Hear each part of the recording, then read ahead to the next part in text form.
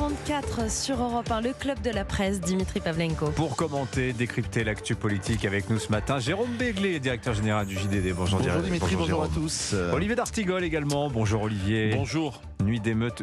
Qu'est-ce que c'est que ce bonjour là? Bonjour de début de journée. Oui, désolé. Bonjour. Nuit d'émeute. Je vous charrie Olivier. Nuit d'émeute et de tension à Nanterre. Un mineur a été tué hier matin après un refus d'obtempérer. Scène filmée qui a tourné en boucle sur les réseaux sociaux. Vous ne pouvez pas ne pas l'avoir vu. La mort de Naël qui a embrasé la ville de Nanterre où très vite, dès la fin de l'après-midi, la colère s'est muée en soif de vengeance. Il y a eu beaucoup de casse, il y a eu beaucoup de flammes, malgré des renforts policiers venus de toute l'île de France. Question qu'on se pose ce matin, messieurs. Olivier d'Artigol, je vais commencer avec vous. Est-ce qu'il faut redouter un nouveau cycle d'émeutes comparable à ce que l'on avait connu en 2005, par exemple? C'est toujours l'éternel point de comparaison. Il faut souligner hier une série d'interventions en responsabilité, pour prendre cette formule, à commencer par le maire de Nanterre, mais aussi le préfet de police, Laurent Nunez, le ministre de l'Intérieur, des responsables de toute sensibilité politique, pas tous, pour d'abord être bien sûr dans l'émotion.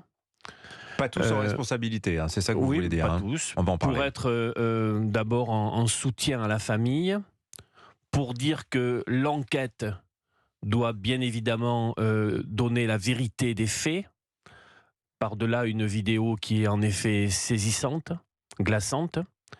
Je ne comprends pas pourquoi dans de tels moments, la justice, notamment le procureur de la République, ne donne pas un premier niveau d'information. Notamment, il y a des choses qui ont circulé sur ce jeune et il n'est plus là pour pouvoir répondre concernant son pseudo-casier judiciaire, etc. Ouais. Alors, ce que l'on peut dire et puis sur après, lui, il y a bien sûr le temps de la justice. Oui, ce qu'on peut dire, c'est qu'il était effectivement connu de la justice pour défaut de permis, refus d'obtempérer. Je suis extrêmement prudent parce que l'avocat de sa famille, maître Yacine Bouzrou, promet d'attaquer quiconque suggérera qu'il avait un casier judiciaire. Jérôme Béglé. Alors, cette affaire m'inspire deux choses. D'abord, on sait aujourd'hui que lorsqu'il y a ce type d'affaires, les enquêtes diligentées à l'intérieur de la police et autour du ou des policiers sont toujours rapides, bien faites et généralement incontestables. Donc laissons 2 jours, 3 jours. Quoi qu'on en dise. Quoi que certains veuillent polémiquer dessus. Voilà. Mais on sait qu'à la fin, c'est bien fait et ça n'est pas fait pour protéger des policiers, des gendarmes ou des personnels de ce genre. Donc déjà, donnons 2 ou 3 jours pour que les premiers éléments nous parviennent et on sait avec un peu de recul, un peu d'expérience qu'ils seront sérieux. Deuxièmement, les émeutes en banlieue, c'est absolument le pire cauchemar du pouvoir en place. Pas simplement du ministre de l'Intérieur, mais de l'ensemble d'un gouvernement. Pourquoi ? Parce que on sait quand ça commence, on ne sait jamais quand ça termine. On sait également que les jeunes, parce que ce sont souvent des jeunes qui sont à l'origine de cela, sont extrêmement déterminés et que peuvent surgir de caves ou d'ailleurs des armes dangereuses dont il est toujours très difficile de se défaire et d'interdire l'utilisation. Donc si ça commence... ça a commencé cette nuit ou si ça commence la nuit prochaine, on sait qu'on peut potentiellement partir sur plusieurs jours ou plusieurs nuits d'émeutes. Donc personne n'a intérêt à jeter de l'huile sur le feu.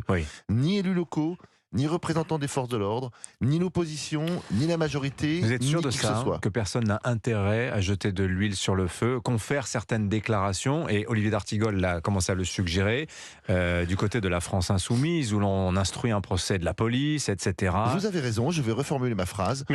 Aucune personne responsable, aucune personne censée, aucune personne qui veut un jour exercer des pouvoirs et des fonctions importantes dans ce pays n'a intérêt à jeter de l'huile sur le feu. C'est pas un bon carburant électoral, justement, la cause anti-police? Il ne faut absolument pas. Il n'y a pas de violence policière systémique. La police dans notre pays assume des missions. C'est pas une vérité, c'est une opinion, ça, Olivier d'Artigol, aujourd'hui. C'est-à-dire c'est-à-dire que vous allez trouver moi je vais vous trouver plein de noms de gens qui vont vous dire exactement le contraire. Oui, mais tout ça est renseigné, est informé. C'est un métier extrêmement contrôlé. Comme vient de le dire Jérôme, les enquêtes seront menées et nous savons que nous aurons des informations précises sur ce qui s'est passé par-delà cette vidéo. Mais ce que je veux dire, personne n'a intérêt à une instrumentalisation, d'où qu'elle vienne. D'un côté en disant la police se tue, en présentant une pseudo-violence systémique. Mais police décrite comme une milice de classe. De l'autre, quand je lis des tweets, quelques heures, quelques minutes même après la mort, en disant mais ça fait une racaille de moins sur les réseaux sociaux, qui, sur ces journées comme hier, sont un cloaque immonde. faut quand même aussi le dire, ça appelle en effet à ce que la parole publique, qu'elle soit médiatique, politique, soit au niveau de la situation. Tiens, pièce versée au dossier à propos du cloaque, si je peux me permettre, Olivier d'Artigol, c'était ce matin sur Europe 1.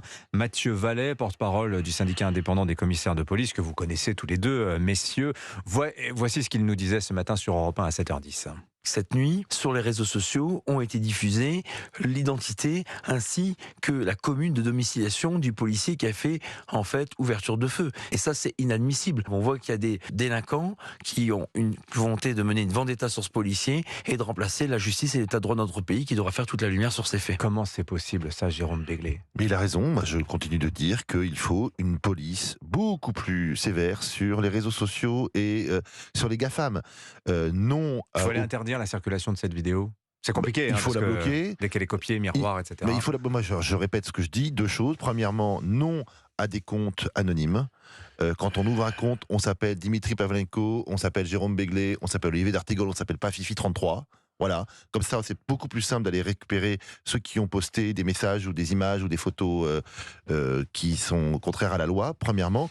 Deuxièmement, les hébergeurs doivent être responsables de ce qu'ils hébergent. Un directeur de la publication, un directeur de la rédaction, j'en sais quelque chose. Nous sommes responsables de ce que nous publions dans nos médias respectifs. Et je ne comprends pas pourquoi Google,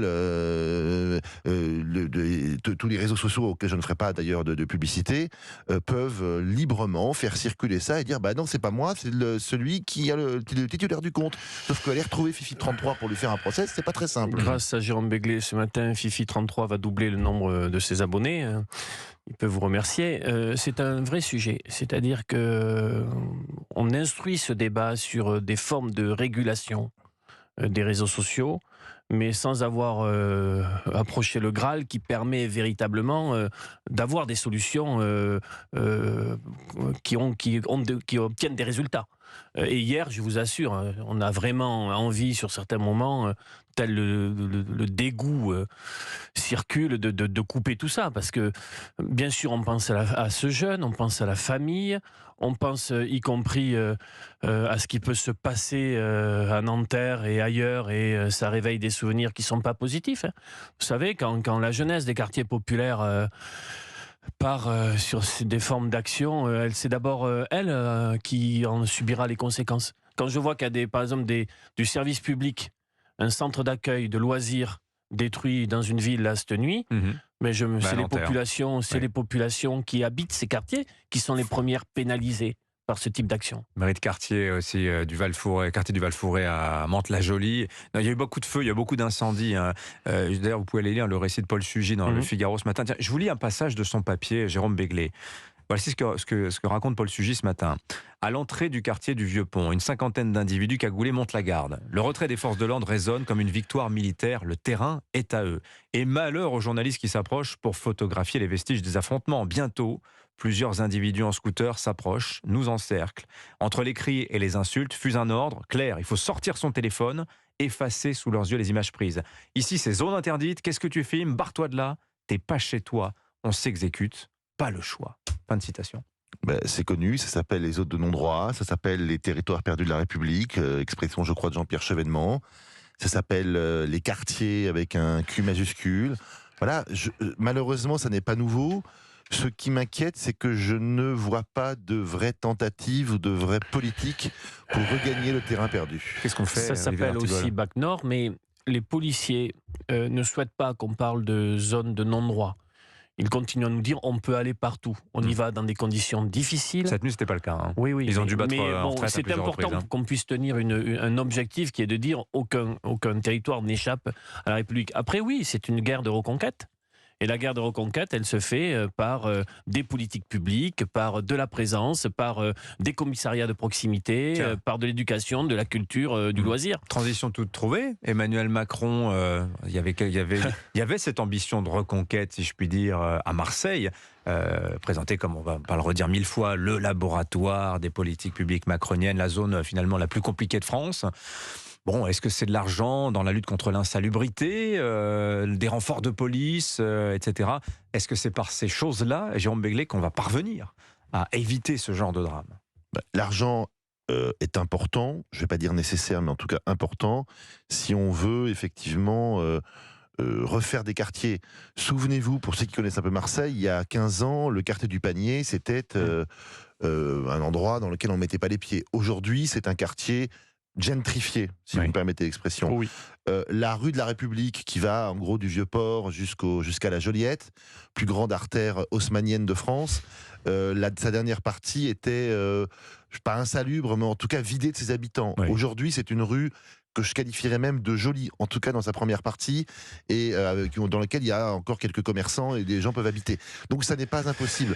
Simplement Marseille, on le sait très bien, depuis Gaston Defferre, donc ça remonte à des temps quasi immémoriaux, on a dit, on va se simplifier la vie, on va faire un pacte avec FO, la CGT, la mairie, des mairies d'arrondissement à qui on va donner pas mal de pouvoir, et puis chacun va gérer son quartier, et puis, moyen d'emmerde. Le milieu marseillais aussi. Le milieu marseillais, c'est vrai que quand on parle de Gaston Defferre, faut pas oublier ça, vous avez raison. Et puis, je vais fermer les yeux, et moins j'aurai d'emmerde, mieux ce sera. Au bout d'un moment, ces politiques-là montrent leurs limites, et Jean-Claude Gaudin et Benoît Payan, qui ne sont pas exempts de tout reproche, récoltent aussi ces fruits-là. Dégoût à l'Estac, Marseille est une très belle ville avec ô combien des difficultés à gérer. Je dois dire que je goûte de moins en moins ce Macron circus tour marseillais de 2-3 jours avec des annonces, avec la chemise relevée, avec un discours, une forme d'autosatisfaction de son propre discours devant les acteurs locaux, puis repartant à Paris. Je comprends pas, je vois qu'il y a de la communication, mais je pense que maintenant la corde est un peu usée. Oui, vous n'y croyez pas, Pas trop, mais après vous allez peut-être me donner davantage envie d'avoir envie de ça, mais c'est un peu longué là ces 3 jours. Voilà, Ce qui est vrai, c'est que c'est un format visite d'État, 3 jours. Voilà. Hein. Le faire savoir l'emporte un peu sur le savoir-faire. Oui. Jolie formule. Très bien. On va s'arrêter là-dessus. Merci beaucoup, messieurs. Jérôme Béglé, Olivier d'Artigol. Bonne journée à tous les deux. 8h56 sur Europe 1. L'info continue. 18h, vous avez rendez-vous avec Laurence Ferrari pour Punchline. À midi, Romain Desarbres, chez qui vous prenez la parole. 01 39 12. Aidez-moi. Non, 01 80 20 39 21.